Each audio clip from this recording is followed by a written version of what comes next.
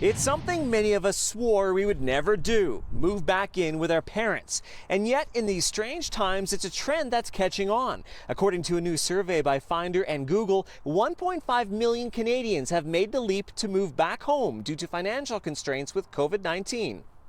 So who is moving? Is it the men or the women? And where in Canada are they moving to? Well, the numbers are quite interesting. Let's break them down.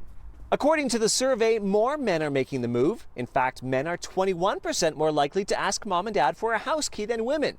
And when it comes to areas in the country, most are moving in Ontario. 6% of Ontario youth have moved back home, followed closely by BC and Quebec.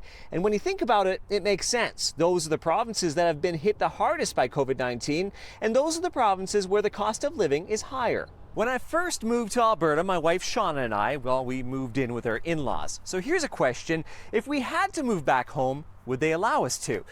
We're about to find out. Okay, Larry, when Shauna and I moved out, you made one thing very clear. What was that?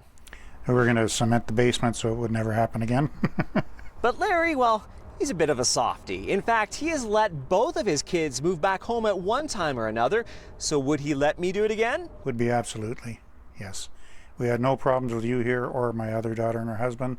You're all considered my kids, and of course you got the grandkids now, and even better. So it'd be great to have you back. I wouldn't have a problem with it at all. My wife feels the same.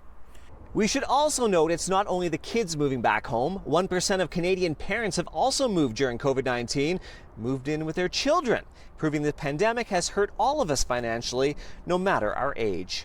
For City News, I'm Yawney.